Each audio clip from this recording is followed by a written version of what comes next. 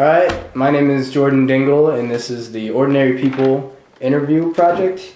And I'm interviewing. My name is Cameron Bell. And how do we know each other? We've known each other since the 7th grade. Okay. And I do have permission to record this, yes. Correct? Okay. Now, tell me a little bit about yourself. What school do you go to? How old are you? I'm 17. I'm a senior at Homewood Flossmoor High School. Okay. Now, what do you feel like you're successful in life? Yes, I feel like I am very successful in life. How so? Well, there are just some skills that I possess that many great leaders, activists possess, such as like public speaking, for example. Tell me about that. There have been 3 major speeches that I've had to give in my lifetime. One of those was running for student council president, which I eventually won. The other was graduation speech, where I spoke in front of our entire graduating class in 8th grade. And the third one was when I went in front of a Senate committee to get this thing called the Silver Alert passed, which is pretty much the Amber Alert, but for elderly people. Now, we'll go back to that last one in a second. But first, do you feel... What qualities do you feel help you be a great speaker? My ability to speak off the top of my head.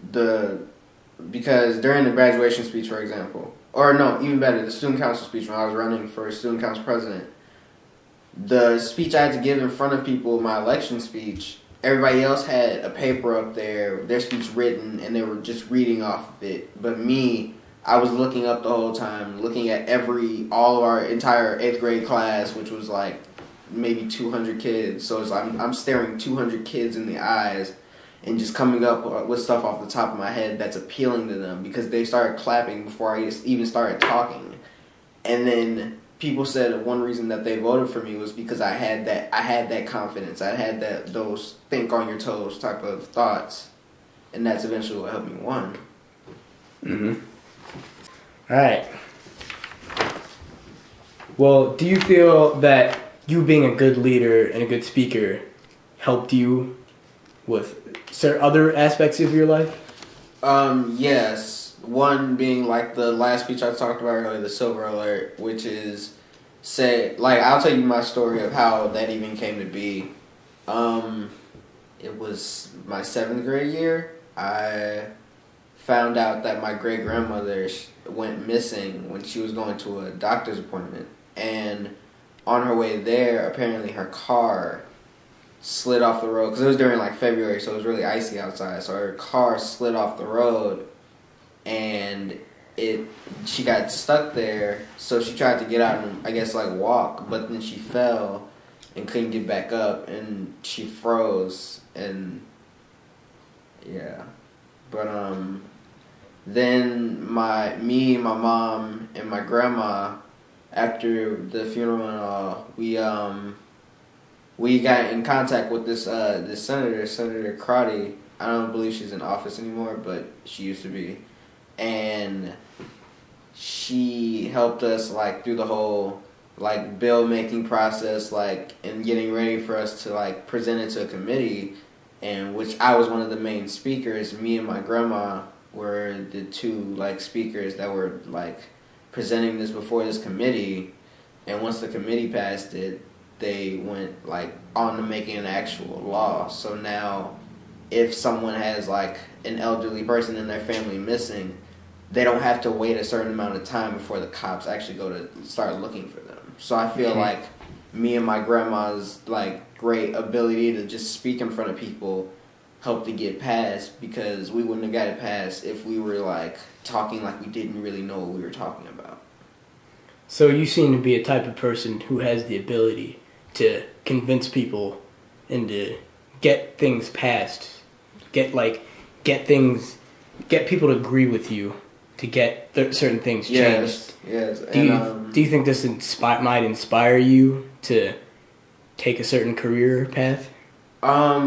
Possibly. I've had people tell me that I should become like a therapist or like a psychiatrist, because it's like sometimes when I'm talking to certain people, I can like help them through certain like dramas that they're going through in their lives, because like at some point or another I may have experienced something like that or something they're exactly going through. So it's just like, I feel like that is why some people have told me like you should go down like some sort of psychology pathway in life, and they said I'd probably be really good at it because I'm good at like helping people or talking, and those are two important aspects that you need to understand about those two career fields. From what you've told me, you also seem to be good at making decisions, solving problems, and also, of course, you're a very talented speaker. Do you think this could ever lead you down like a political career?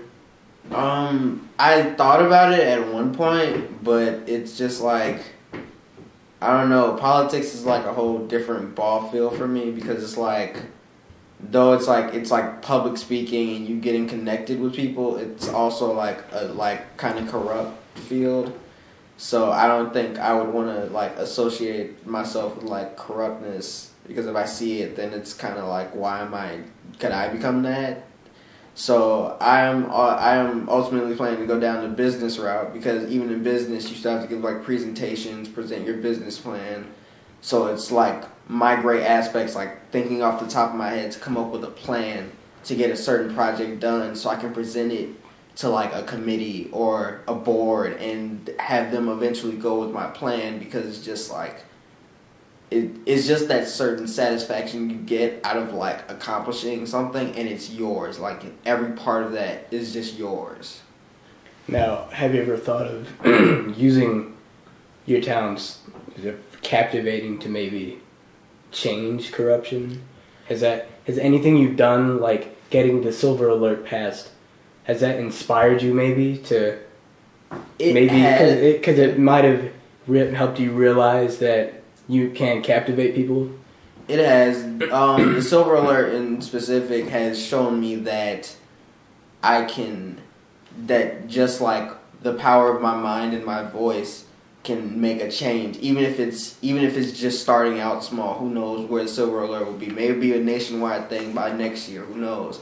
So it's just like me having that power. It has shown me that, and maybe in the future I'll see another problem, like you said, like corruption in politics. Maybe a couple years down the road, when I've decided how I'm gonna speak out against it and what I can do to possibly solve it, then I will definitely go out and try to solve political corruption.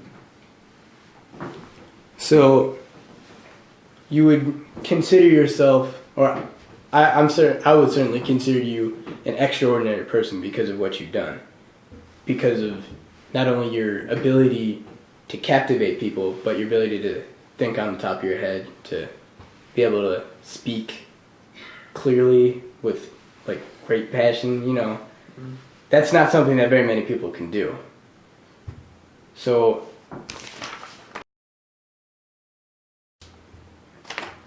well, I guess that's about it then. That's about the end of the interview. Thanks for letting me interview you. It's very insightful. No problem. So, good job, sir.